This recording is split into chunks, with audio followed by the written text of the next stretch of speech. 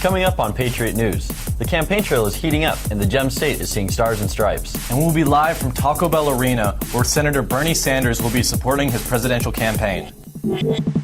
Ian Pickens, Andrew Yoder, and Natasha Williams. Patriot News starts right now. Thanks for waking up with us this morning. Welcome to Patriot News. Our first story, Business Professionals of America students ran wild around the halls of Boise State University during the Idaho State Leadership Conference. With the conference comes competition in all kinds of events, including video production and Java programming. As this year's competition came to a close, a new chapter of leadership opened. Idaho State BPA President Holly Massey. The 2016-2017 state officer team was elected into office. The new officers are given the opportunity to impact other members at the state level. In other electoral news, the campaign trail is heating up across America. And this one is one for the history books, Ian, with many presidential candidates stopping right here in Boise. Reporter Ryan Craker joins us live from the Taco Bell Arena downtown, where the Bernie Sanders rally is firing up. How are we doing out there, Ryan? Ian, Andrew, the atmosphere here is electric at Taco Bell Arena, where in mere moments, presidential candidate Bernie Sanders will address hundreds of Idaho Democrats. The line extends around the block, each person waiting for their chance to hear Senator Sanders speak. Many of his supporters are younger, being drawn in by the Feel the Burn movement on social media. Sanders first made a splash with his public announcement of Wall Street and says that in order for America to prosper, something needs to change. Sanders' campaign hopes that the stop in Boise will help increase the support at the polls, with Idaho's Democratic caucus happening on Tuesday.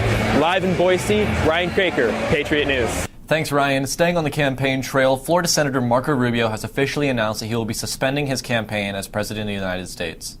Senator Rubio made a stop in Boise a few weeks ago to rally support for his campaign. He spoke to the crowd about the divided Republican Party and explained that he would be the candidate to unite the party against current frontrunner Donald Trump.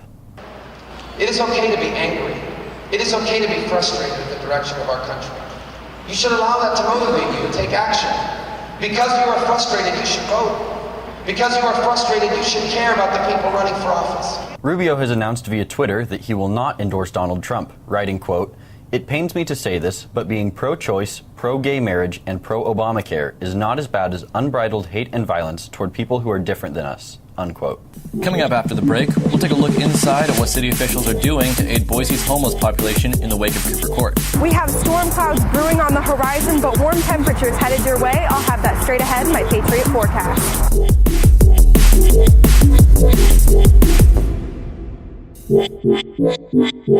I think it might storm, and it has been a nice couple days, but you might not want to blow the dust off your sunglasses just yet. You see, right now we're sitting at 46 degrees, and that's a pretty comfortable temperature, except for we're probably going to see some showers later on. This morning it was a low of 32, so we did hit freezing, so you might want to keep grabbing those jackets as you head out to your morning commute, to school, and maybe to work.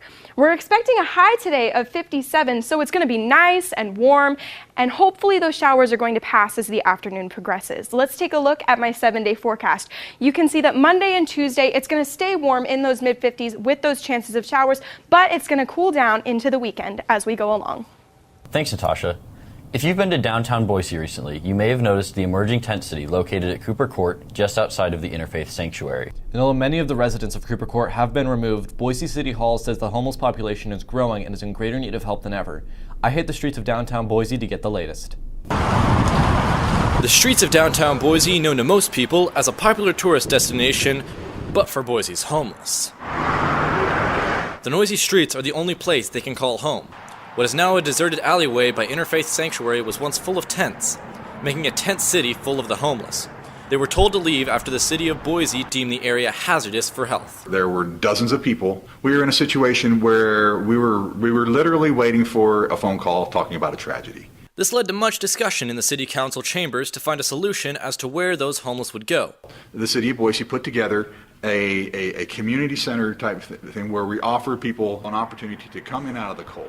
And now they are working on a more long-term solution. The Housing First is getting someone into housing, first and foremost. Get them in a stable, safe, warm, dry situation.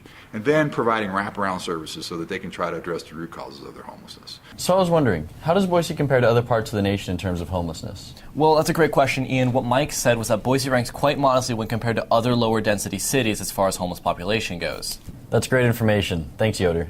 Thanks for waking up with us this morning. Have a great day.